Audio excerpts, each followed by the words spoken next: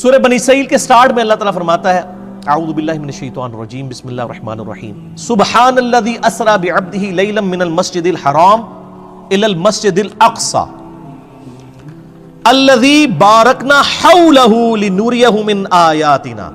پاک ہے وہ ذات جو راتوں رات اپنے بندے کو لے گئی مسجد حرام سے ایک دور کی مسجد یعنی ایلیا میں بیت المقدس کی طرف. مسجد اقصی تو حضرت عمر کے زمانے میں وہاں بنی ہے، یہاں اقصی سے مراد ہے دور کی مسجد. نبی علیہ السلام کے زمانے میں بخاری مسلم میں آتا ہے اسے بیت المقدس مسجد ایلیا کہا جاتا تھا، یروشلم میں جو سیر کروائی. الذی بارکنا حولہ، وہ جگہ ہے جہاں کے ارد گرد کے ماحول کو اللہ نے بابرکت بنایا ہے. وہ کیا بابرکت ہے؟ 4000 نبیوں کی قبریں ہیں وہاں پہ. لِنُرِيَهُ مِنْ آیَاتِنَا، تاکہ اللہ تعالیٰ اپنی قدرت کی بڑی بڑی نشانیاں اپنے محبوب کو دکھائے صلی اللہ علیہ وآلہ وسلم. اِنَّهُ هُوَ السَّمِيعُ الْبَصِيرُ، بے شک اللہ تعالیٰ سننے والا دیکھنے والا ہے. یہ جو قدرت کی بڑی بڑی نشانیاں دکھائی ہیں نا، ان میں سے ایک نشانی راستے میں یہ بھی دکھائے گی الاسراء والمعراج میں.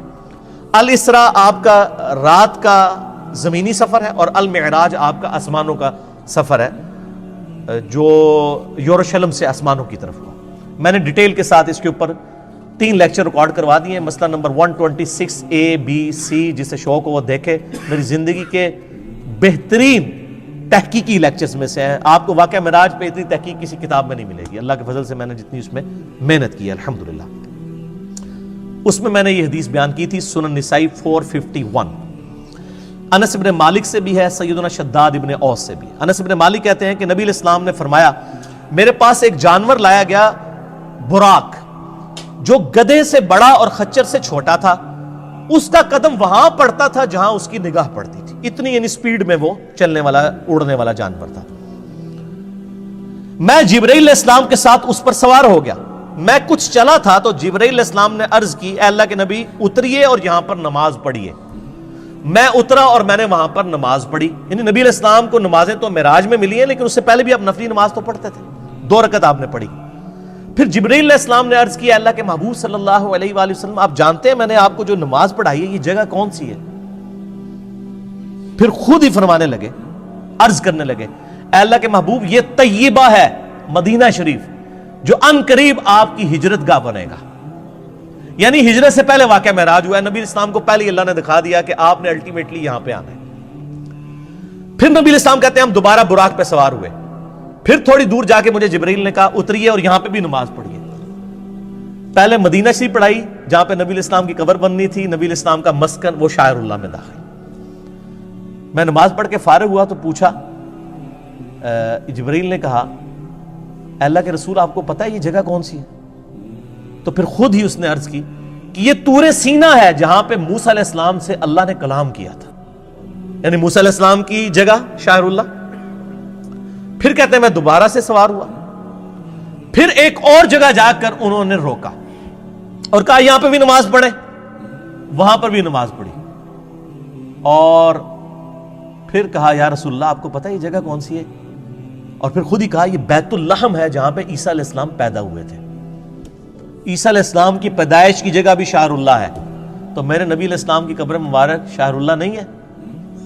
نبی علیہ السلام کی نماز پڑھنے کی جگہ شاعر اللہ نہیں ہے؟ اگر وَاتَّخِذُوا مِن مَّقَامِ إِبْرَاهِيمَ مُصَلَّى شاعر اللہ میں. تو پھر نبی علیہ السلام کہتے ہیں کہ میں نے وہاں پہ بھی جب نماز پڑھی پھر میں بیت المقدس میں گیا. وہاں پہ اللہ نے میرے لیے تمام نبیوں کو پہلے ہی جمع فرمایا ہوا تھا. لیکن یہ برزخی معاملہ تھا، جسمانی معراج ہوئی ہے لیکن وہاں کے لوگوں کو نہیں پتا چلا. ورنہ 1 لاکھ کے قریب بندہ اگر جہلم شہر میں جمع ہو جائے تو پورے شہر میں ایک بار ہال چال نہیں بات جاتی. وہاں کسی کو پتا نہیں چلا، اللہ نے پردہ رکھا ہوا تھا. اللہ نے تمام انبیاء کو میرے لیے وہاں پر جمع فرمایا. چنانچہ جبرائیل علیہ السلام نے مجھے آگے کر دیا اور میں نے ان کی امامت فرمائی. یہ ایک ڈکلیئرڈ تھا اللہ کی طرف سے، ایک سمبل تھا کہ امام الانبیاء ہیں ہمارے محبوب صلی اللہ علیہ وآلہ وسلم. اور یہ والا جو پورشن ہے نا امام الانبیاء والا، یہ صحیح مسلم میں بھی موجود ہے انٹرنیشنل نمبر کے مطابق 430، جس میں نبی علیہ السلام کہتے ہیں کہ کفار مکہ نے واقعہ معراج کے بعد مجھ سے جب پوچھا کہ اچھا تم کہتے ہو میں راتوں رات ہو کے آیا ہوں، بتاؤ بیت المقدس کے دروازے کتنے ہیں، اس کی سیڑھیاں کتنی ہیں، اس کا کلر کتنا ہے؟ اب میں یہ سیڑھیاں پچھلے 7-8 سال سے چڑھ رہا ہوں، مجھے آپ پوچھیں تو میں نہیں بتا سکتا، اور ایک شخص ایک رات کے لیے گیا وہ کیسے بتائے گا؟ حضور کہتے ہیں میں اتنا پریشان ہوا کہ اعلان نبوت کے بعد کبھی اتنا پریشان نہیں ہوا تھا کہ میں ان کے سوالوں کے جواب نہیں دے سکوں گا. تو اللہ تعالیٰ نے بیت المقدس اٹھا کے میرے سامنے کر دیا. مدینہ شریف سے بیت المقدس نظر آ رہا ہے. وہ جو مجھ سے پوچھتے تھے میں دیکھ کے بتا رہا تھا. اس سے پتہ چلا کہ نبی علیہ السلام کو علم غیب نہیں تھا، بلکہ اللہ تعالیٰ غیبی خبریں عطا فرماتا تھا اور اس ایک خاص موقع پر وہ غیبی چیز دکھا دیتا تھا. یہ صحیح مسلم 430 انٹرنیشنل نمبر کے مطابق اس میں یہ آتا ہے کہ میں جب معراج میں بیت المقدس میں پہنچا اور تمام نبیوں کو میرے لیے وہاں پر جمع کیا گیا تو مجھے جبرائیل نے کہا آپ ان کی امامت کروائیں. صحیح مسلم 430. تو میں نے ان کی امامت کروائی اور بڑے رکت انگیز الفاظ ہیں. حضور کہتے ہیں میں نماز پڑھ کے جب فارغ ہوا تو جبرائیل علیہ السلام نے مجھے کہا یا رسول اللہ صلی اللہ علیہ وآلہ وسلم آپ کے پیچھے داروغہ جہنم سیدنا مالک علیہ السلام کھڑے ہوئے ہیں، جن کا نام سورہ الزخرف کی آیت نمبر 77 میں آیا. داروغہ جہنم، داروغہ جنت ہے رضوان اور داروغہ جہنم مالک. آپ کے پیچھے مالک کھڑے ہیں داروغہ جہنم، تو اے اللہ کے محبوب آپ ان کو سلام کیجئے. نبی علیہ السلام کہتے ہیں میں مڑ کے جب سلام کرنے لگا تو اس نے پہلے ہی مجھے کہہ دیا السلام علیکم، یعنی اس نے نبی علیہ السلام کو پروٹوکول دیا. پھر نبی علیہ السلام نے وعلیکم السلام کہا. یعنی اس کائنات میں جتنے فرشتے ہیں جتنے انبیاء ہیں وہ نبی علیہ السلام کا احترام کرتے ہیں. یعنی داروغہ مالک نے یہ انتظار نہیں کیا کہ حضور میری طرف متوجہ ہو کے مجھے سلام میں پہل کریں، جیسے ہی حضور مڑے ان کا السلام علیکم یا رسول اللہ صلی اللہ علیہ وآلہ وسلم. سبحان ربک رب العزت عما یصفون وسلام علی المرسلین والحمد للہ رب العالمین. صلوا علی الحبیب اللہم صلی علی محمد وعلی آل محمد کما صلیت علی ابراہیم وعلی آل ابراہیم انک حمید مجید. اللہم بارک علی محمد وعلی آل محمد کما بارکت علی ابراہیم وعلی آل ابراہیم انک حمید مجید. اچھا یہ حکمت کیا تھی نبیوں کو وہاں جمع کرنے میں؟ یہ بھی ٹروتھ میں ریویل معراج والے لیکچر میں نے کیا، میں آج بھی کر دیتا ہوں. سورہ آل عمران کی آیت نمبر ہے 81. اعوذ باللہ من الشیطان الرجیم بسم اللہ الرحمن الرحیم. وَإِذْ أَخَذَ اللَّهُ مِيثَاقَ النَّبِيِّينَ، اور وہ وقت یاد کرو جب اللہ نے تمام نبیوں سے ان کی روحوں سے یہ عہد لیا تھا. لَمَا آتَيْتُكُمْ مِنْ كِتَابٍ وَحِكْمَةٍ، جب میں تمہیں کتاب اور حکمت دے کر بھیجوں. ثُمَّ جَاءَكُمْ رَسُولٌ مُصَدِّقٌ لِمَا مَعَكُمْ، اور تم پیغمبر ہو اور تمہاری پیغمبری کے دوران کوئی اور رسول آ جائے جو تمہاری تصدیق کرے. لَتُؤْمِنُنَّ بِهِ وَلَتَنْصُرُنَّ، تو تم پر یہ لازم ہے کہ تم نے اس کی بھی تصدیق کرنی ہے اور اس کی مدد بھی کرنی ہے. جیسا کہ حضرت یحییٰ علیہ السلام نے حضرت عیسیٰ علیہ السلام کی تصدیق کر دی، دونوں ایک زمانے میں. ٹھیک ہو گیا؟ تو اسی طریقے سے اللہ تعالیٰ فرما رہا ہے جو کوئی بھی پیغمبر ہے، اور اسی کا کلائمیکس یہ ہے کہ اگر میرے نبی آ جائیں صلی اللہ علیہ وآلہ وسلم تو تم تمام نبیوں نے ان کی تصدیق کرنی ہے. اب بڑے سخت الفاظ ہیں. قَالَ أَأَقْرَرْتُمْ، اے نبیوں کیا اقرار کرتے ہو؟